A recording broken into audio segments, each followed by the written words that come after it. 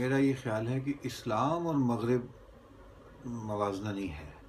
ایک تو موازنہ ہے مشرق اور مغرب کا، اور پھر اس میں جتنے یہاں کے مذاہب ہیں وہ سارے اس میں مشترک ہو جاتے ہیں. اور دوسرا پھر یہ ہے کہ اسلام اور عیسائیت کا کر لیا جائے، یا عیسائیت پر مبنی تہذیب اور اسلام پر جو جس تہذیب کی بنیاد ہے، ان کا موازنہ کر سکتے ہیں.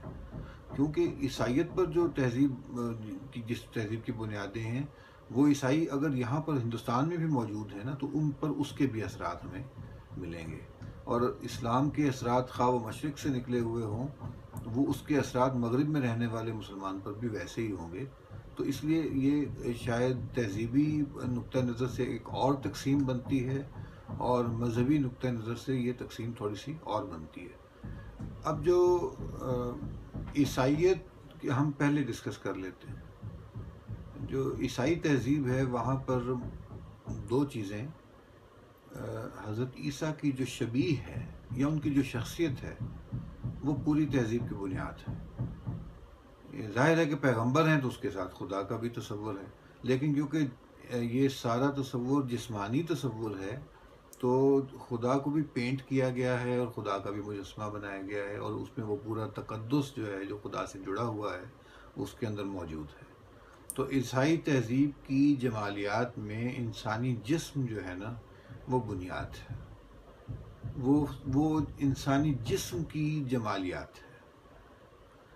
اب آ جائیں آپ اس سے 500-550 سال بعد، نبی کریم صلی اللہ علیہ وسلم کی ولادت کے بعد یہ جو ایک نئی تہذیب کی بنیاد اٹھی ہے. تو یہ جو تہذیب ہے یہ تصویر پر یا انسانی جسم کی جو علامتی حیثیت ہے اس پر نہیں کھڑی ہوئی. یہ تہذیب ٹیکسٹ کے ساتھ کھڑی ہوئی ہے، اور ٹیکسٹ ہے اس میں وحی کا، قرآن مجید کا.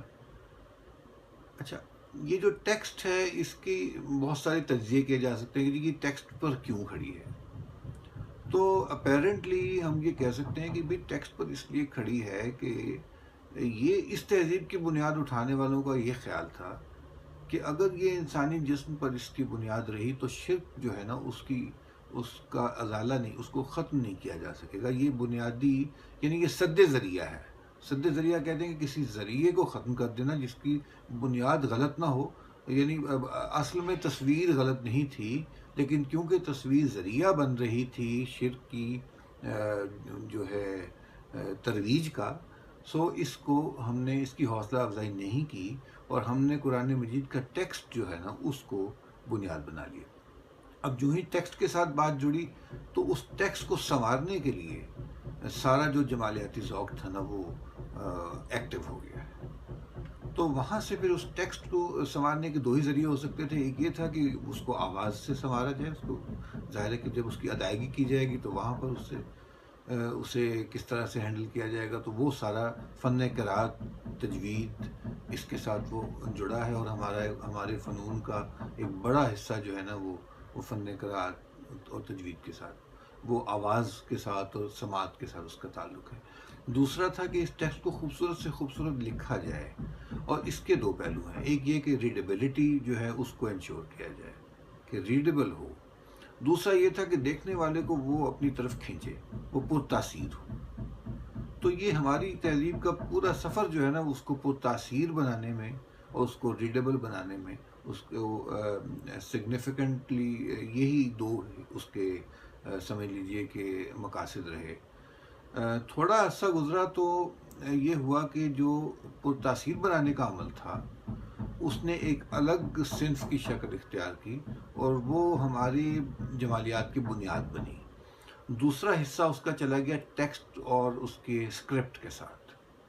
یعنی ایک کو آپ یہ کہہ لیں کہ عمومی کتابت، یا آج کل جس طرح سے کمپوزنگ کی جاتی، ایک اس طرف کو نکل گیا، اور عام کاتب جو تھے وہ ٹیکسٹ کو ریڈیبل کرنے کے حوالے سے اور کتاب کو عام کاری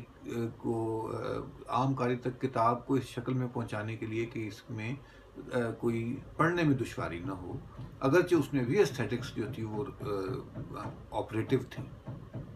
لیکن جو دوسرا حصہ تھا وہ تھا کہ ہمیں تزئینی جو کام کرنے تھے، ہمیں اپنی عمارت بھی سجانی تھی، ہمیں اپنا گھر بھی سجانا تھا، اور سب سے امپورٹنٹ عمارت جو تھی وہ ہماری مسجد تھی. یعنی یہ سب سے بڑا آئیکن ہے مسجد، خدا کا گھر۔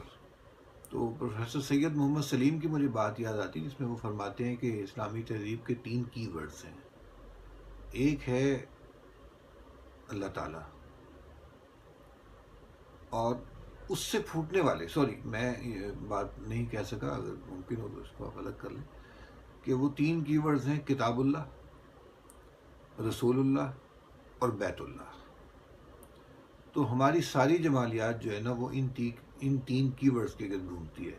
ہمارا پورا کا پورا آرکیٹیکچر وہ بیت اللہ کو ذہن میں رکھ کر کے ہم نے بنایا ہے، خواہ ہم نے محل بنایا ہے، خواہ ہم نے مقبرہ بنایا ہے، خواہ ہم نے باغ بنایا ہے، لیکن وہاں کہیں نہ کہیں ہم نے وہ آہنگ کہ وہ خدا کے گھر سے کہیں نہ کہیں وہ جڑ جائے، یعنی وہ اس کا کوئی نہ کوئی ایلیمنٹ جو ہے نا وہ اس میں آ گیا ہے۔ اور اس کے بعد آپ یہ دیکھیے کہ کتاب اللہ کے ساتھ جڑے ہوئے 2 فنون جس میں فن خطاطی اور فن قراءت ہیں، اور رسول اللہ کے ساتھ جڑے ہوئے بھی ہمارے فنون ہیں۔ مثال کے طور پہ خطاطی کے اندر رسول اللہ صلی اللہ علیہ وسلم کے ساتھ جڑا ہوا فن جو ہے وہ اسے حلیہ شریف کہتے ہیں، کہ حضور صلی اللہ علیہ وسلم کا سراپا بیان کرنے والی احادیث کو ایک اسپیسیفک لے آؤٹ کے اندر لکھا جاتا ہے، اور وہ لے آؤٹ جو ہے وہ بائی دا ٹائم ہسٹری کے اندر وہ ایوالو ہوتی ہوئی نظر آتی ہے ہمیں۔ اسی طرح رسول اللہ صلی اللہ علیہ وسلم کے ساتھ آپ سب واقف ہیں کہ نعت کی ایک صنف جو ہے وہ جڑی ہوئی ہے، اور وہ بھی ظاہر ہے کہ ادب کے اندر یہ رسول اللہ صلی اللہ علیہ وسلم کی ذات کے ساتھ، اور ہمارا سب سے زیادہ جو ادبی شعری سرمایہ ہے وہ شاید غزل اور نظم میں نہیں ہے، وہ بھی نعت میں ہے۔ تو میں سمجھتا ہوں کہ یہاں یہ بات مکمل ہے۔